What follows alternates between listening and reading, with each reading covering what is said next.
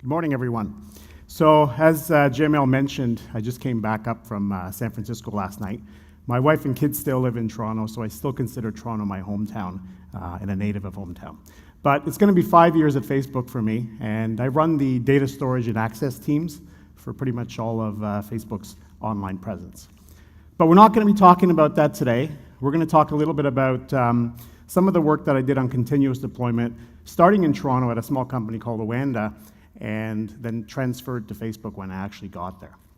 So OANDA is a financial trading company, and back in the day, we started with continuous deployment, and we didn't even know what continuous deployment was. We didn't even know what it was called. But we made it up as it went along, and we tried to do the right thing. And then when I got to Facebook, there was this realization of, wow, it's the same stuff. We're making the same decisions. The values are actually the same. And that's primarily the motivation of the talk and where I want to get to today. So we'll introduce the companies. Hopefully everybody's heard of Facebook. We'll talk a little bit about the values that actually got us here, which I spoke about before. Facebook has a ton of data. It's incredible how much data there is there to crunch, and we'll be presenting some of it. The other thing that's good is that they're actually willing to share. And then we'll finally conclude. So just to recap, continuous deployment really is the practice of releasing every good build to production. And we practice that regularly. We practice it at OANDA. We practice it at Facebook. The idea is that you're releasing it quickly in small increments. So the deployment decisions largely left up to the developer. And at companies like Facebook and OANDA, within a very few days, these people have enough influence and access that they can take the whole thing down if they should choose to. But it doesn't happen. So OANDA, as I'd mentioned, high-speed foreign exchange trading. This is a small company based out of Toronto, and several people that work and worked at OANDA are at this conference as well. The surprising thing is that this company's trading tens of billions of dollars US per day. It's massive. Facebook doesn't process this much currency. And when we started with this thing, we were processing hundreds of releases per week. And in the financial community, this was unheard of. Everybody said this couldn't be done. How can you guys operate a company without a test team? This doesn't make any sense. But it hung together. And it's a company of about 100 engineers in size. Facebook is at the other end of the spectrum, but holds the values true. So we're at about 1.9 billion users monthly. We're shipping thousands of releases a day. And as we sit here, there's probably releases going out into production, and nobody even knows about it. And the big thing, as mentioned, is that Facebook has tremendous access to data and is willing to share. So let's talk a little bit about the values that are common between the two companies and that actually got us here. So the first one is faster is better. I don't know why this is true, but everybody, including myself, basically believes the faster you ship, the better you are, right? And in some cases, if you don't know anything about the health of the software or the code health or the health of the engineering team, if this thing can actually ship and the frequency that it ships at is a primary indicator of code health. We also believe that because the changes are smaller, they're in the minds of developers, they're lower risk. And from a company perspective, from Facebook's perspective, we're trying stuff out all the time. We're putting it out into production, small increments, localized market, targeted users, and so on. We're getting early feedback, and the analytics platform is basically driving business decision. And we have learned over time that engineers actually prefer faster releases. They want stuff out quickly, they want instant gratification, and things like that. It takes a bit of adaptation to get there, but once they get there, they prefer it. Now, if you're shipping more releases, what's going to end up happening is that there's going to be more work to release. And the problem with that is that you're going to need automation. And if there's one message you take away from this talk today, if you're going to do continuous deployment, you have to invest in automation. And if you don't do that, don't bother coming out. Surprisingly, both companies, about 10% of the engineers work on automation for continuous deployment. And I hear a lot of companies saying we can't afford it and things like that. But the magic of it is that these engineers actually bring more value than they cost. Need for an undo button. So when you're shipping software at scale to 2 billion people, you're going to mess it up. I've messed it up, shipping that much software. And you need a way to fix. So we're going to talk a little bit about some of the ways that we've basically incorporated this into the release process. We have hot fixes, which effectively allow us to patch production. We have uninstalls and feature flags. Feature flags are probably the most important because, let me just get a bit of water here.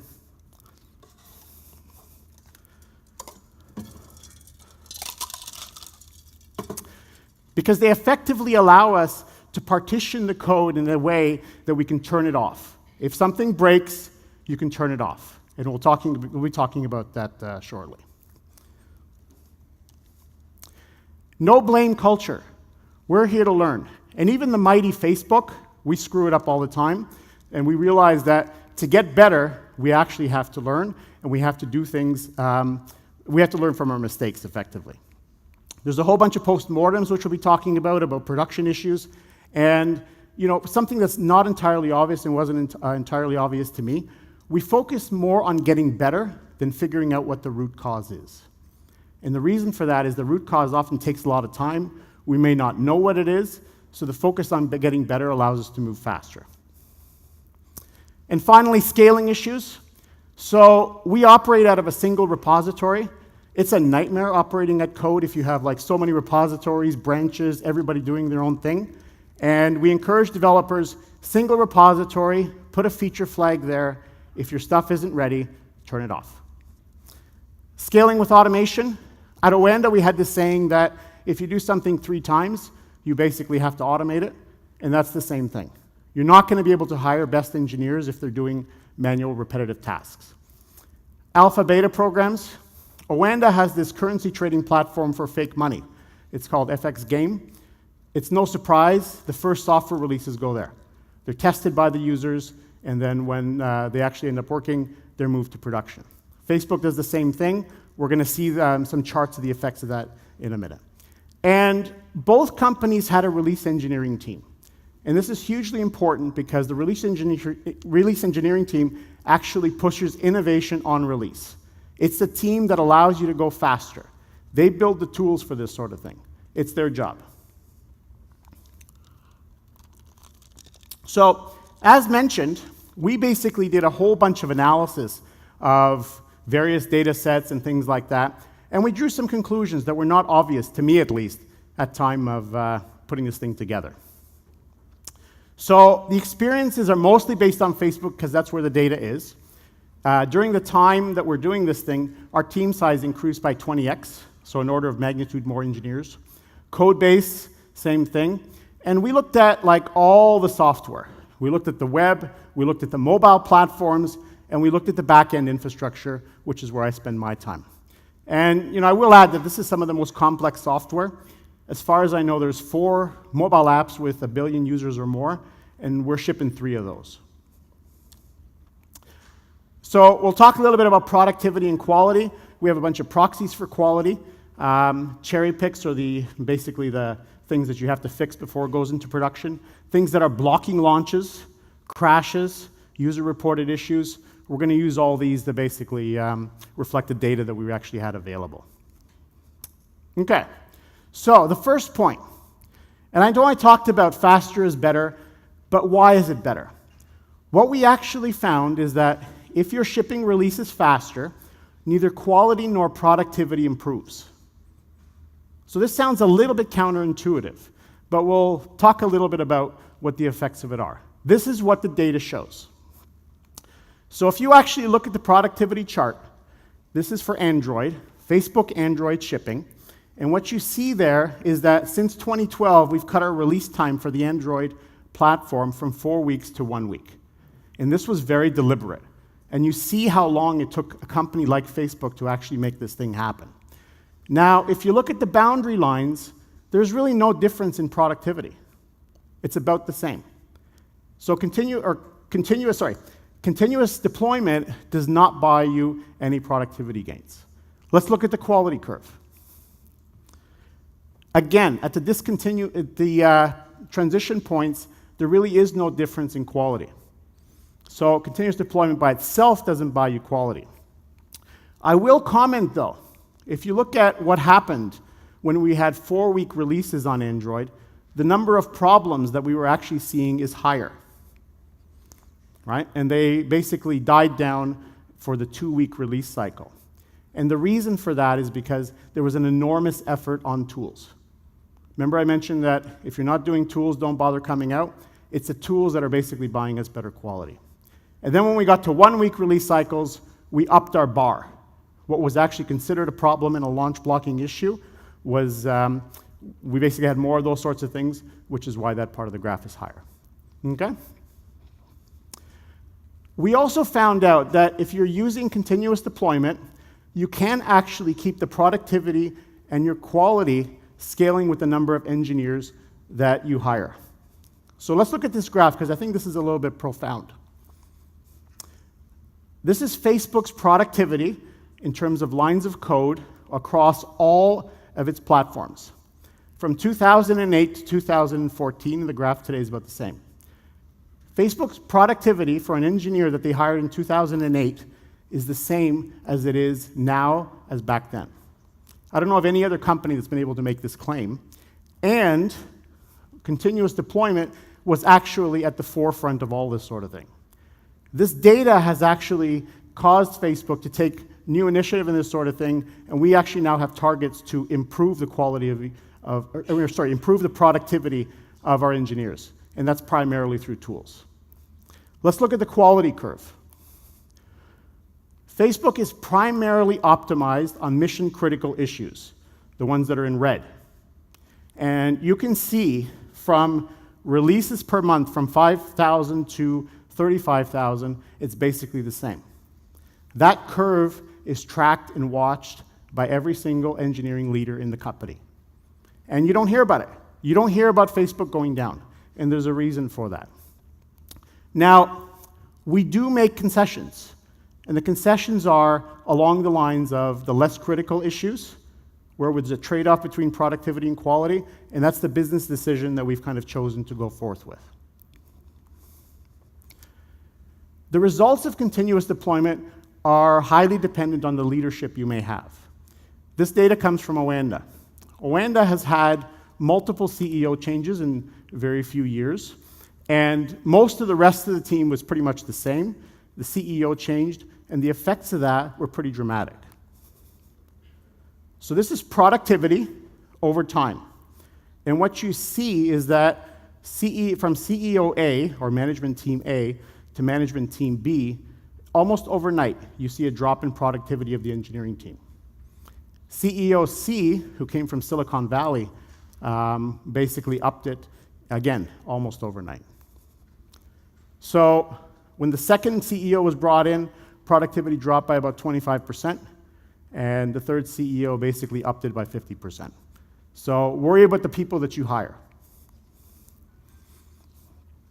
I mentioned the need for post-mortems. Every single production issue at Facebook, there's a conversation around.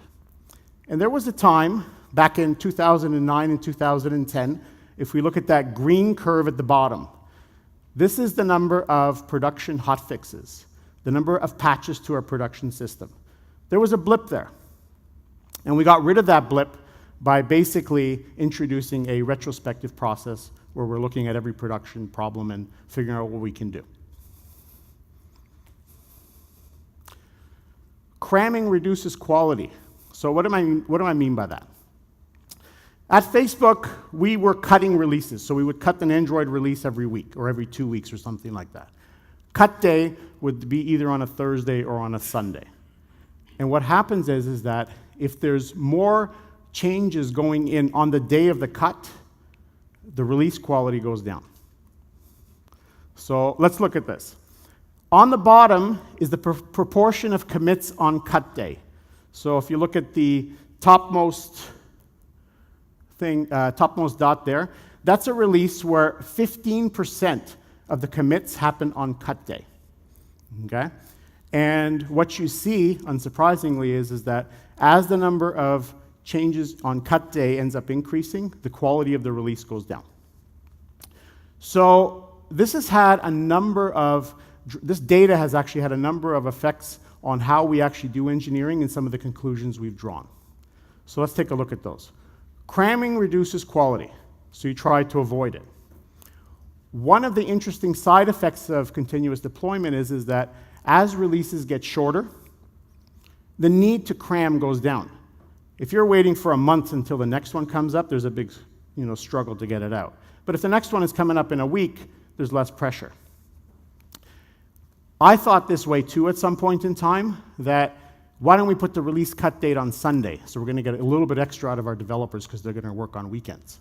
But this doesn't work. Productivity is constant, as we saw, and we played with the releases on Thursdays and Sundays. And so we basically now have the recommendation that we discourage our developers from working weekends. We don't get productivity out of them because they work on Sunday, they take it out somewhere on the other side of the week. People are less happier, and in addition to that, it reduces quality. Modular software improves quality. This shouldn't be a surprise, but look at the data. At the bottom, we have the number of developers modifying a file.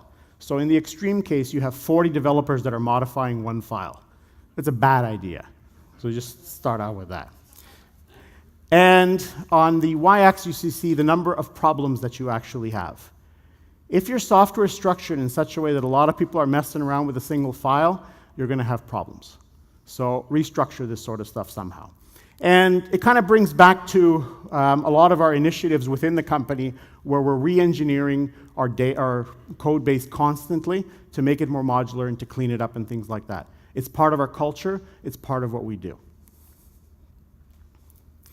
And finally, I talked about the alpha beta programs. I mentioned OANDA's game platform for fake money. This is a chart that's going to show us the effects of the Facebook Android release and the quality of it. So the y-axis is the number of problems. So alpha is 100,000 users.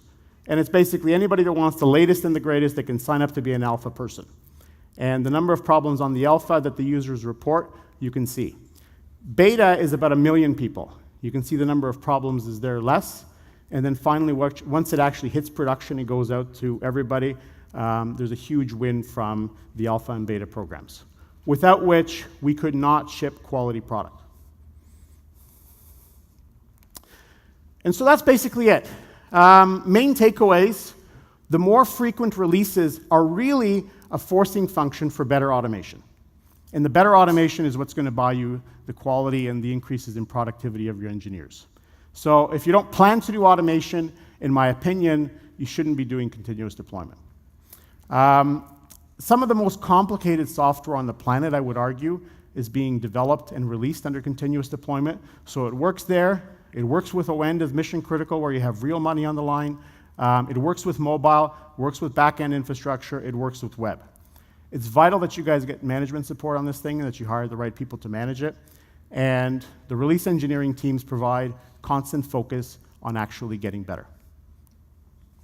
So we did this work. It's published in 2 papers if you want to read about it. It's there. That's it. Thank you, everyone.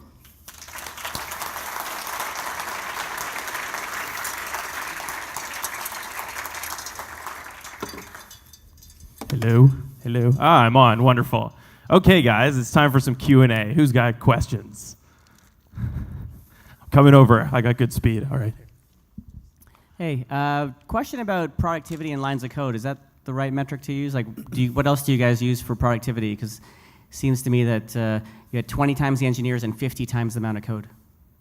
Yeah, so there's a couple of comments to that. There is a lot of controversy with lines of code.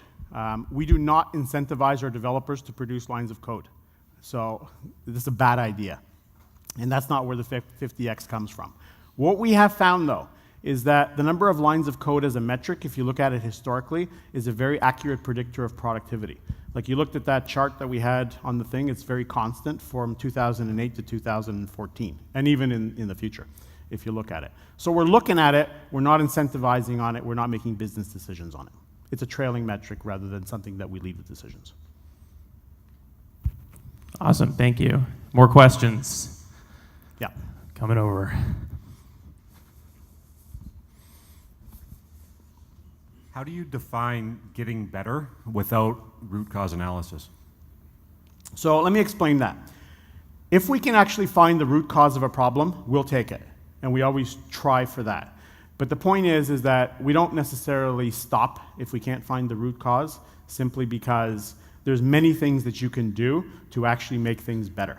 For example, if there's a problem in production and it took you a while to find that problem, the questions get asked. How can we detect this sooner? How can we mitigate this problem when it happens again? Because if you don't find the root cause, it's going to happen again, right? How can we actually alert better on this sort of thing, or have better alarms, or automatic recovery, or automatic failover, or something like that? So there's a whole class of things that you can do without knowing the root cause that's actually going to make you better.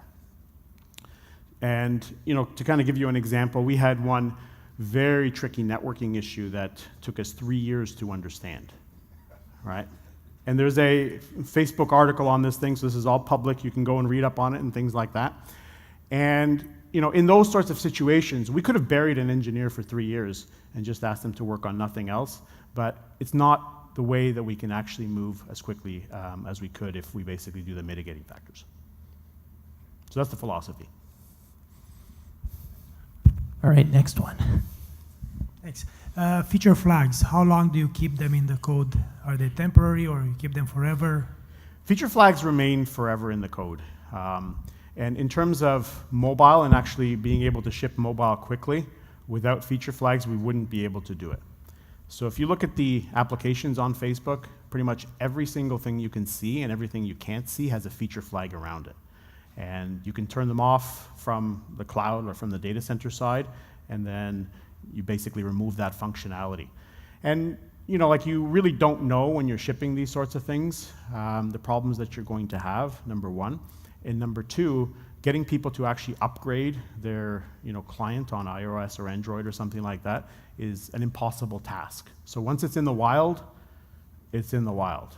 And the only thing you can do is basically turn these problematic features off to keep stability of the release. So that's the first thing. The second thing is that we use them for, if you're developing something in a code base, the feature flag allows you to turn that thing off and keep the code base healthy, keep the master healthy effectively, and that way you eliminate all the branches and the complexity associated with the branches. So, hugely important.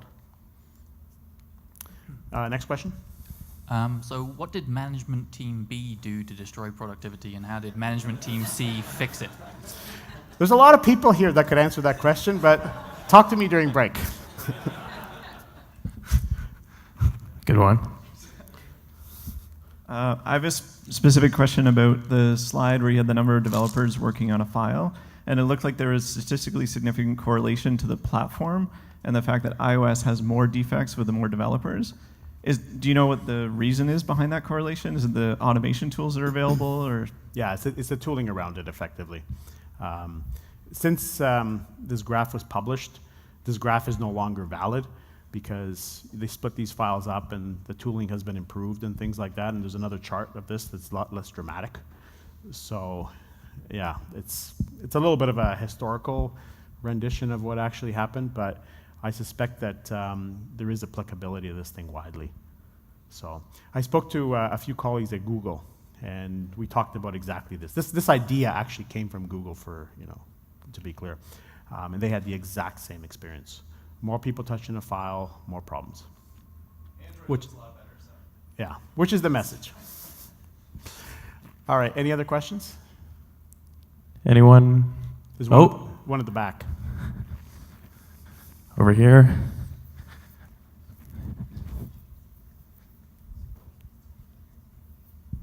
So you talked about 10% of engineers be working on automation. I'm curious if you have some guidelines around the whole release engineering team. Like, what's an appropriate size? What's an appropriate percentage of engineers focused on release engineering?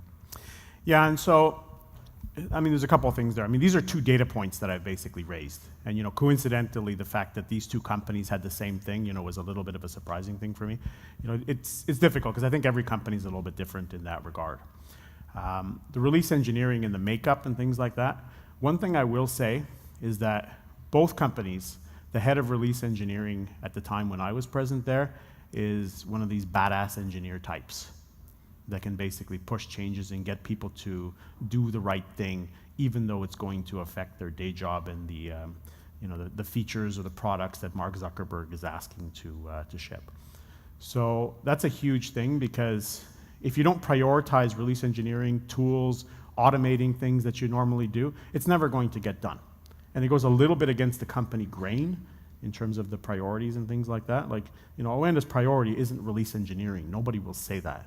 But at the same point in time, it's hugely important to them sustaining a healthy engineering organization and being able to ship software. So I realize it's a little bit of a vague answer, but it's highly dependent. You put a lot of emphasis on post-mortem versus RCAs. What do you think is unique about your approach? By RCA, you mean root cause analysis? Right. So, again, root cause analysis is definitely valid. It's a valid approach. And where you can actually find the root cause, it's the preferred thing. Because our experience is, and I'm sure it's the same as yours and everybody in the room, if you don't diagnose something, you don't find out the root cause, it's going to happen again. And that's absolutely true in my experience. The problem is that in some cases, if you can't find the root cause, what do? So there's mitigating factors, and you try to do those sorts of things so that you can detect it sooner, you can recover it. Maybe there's an automatic way you can recover from this sort of thing once you know the signature of the problem. And in addition to that, you can also do other things like raise awareness within the company and get engineers that are on call knowing that these sorts of things happen. All of that without actually finding the root cause.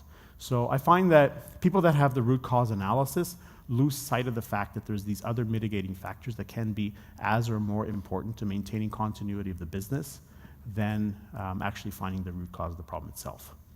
So that's the culture around it. So, to simplify the discussion, the culture is very much about, can we get better? How do we get better? Rather than how do we be perfect? And that's kind of the summary of the talk. We're not shipping perfect software. We don't want to ship perfect software because it's too expensive and it's too slow. Hi, you mentioned that you leave feature flags in the code base forever. How do you manage testing different combinations of feature flags over time like that? Most of the feature flags are effectively turned on all the time, and that's really the goal. At some point in time, like if you're taking the feature out, then they're out.